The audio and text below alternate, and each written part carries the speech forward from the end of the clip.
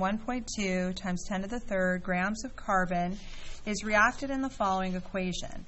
You're given a balanced chemical equation and you're given a change in enthalpy of negative 145.7 kilojoules per mole. So what this means is when this recipe runs, this much energy will be given off.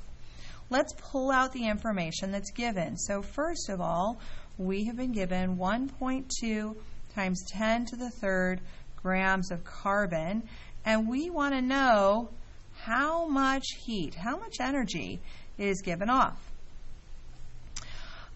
The balanced chemical equation and the change in enthalpy gives us a relationship that we can use.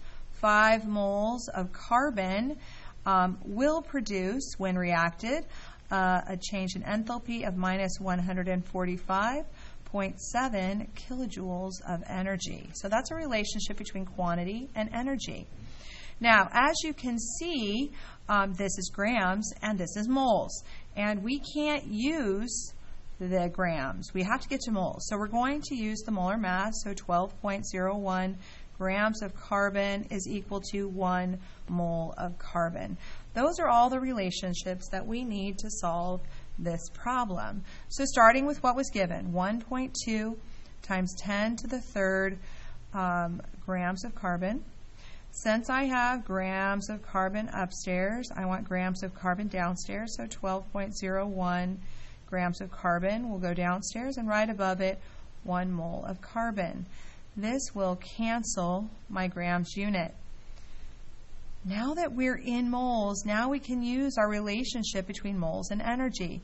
So if I have moles of carbon upstairs, I'm going to put my 5 moles of carbon downstairs, and negative 145.7 kilojoules of energy will go upstairs. Now, my moles of carbon will cancel. The only unit I have left is my kilojoules, which is what I'm looking for. And my answer is negative 2,911.5 kilojoules.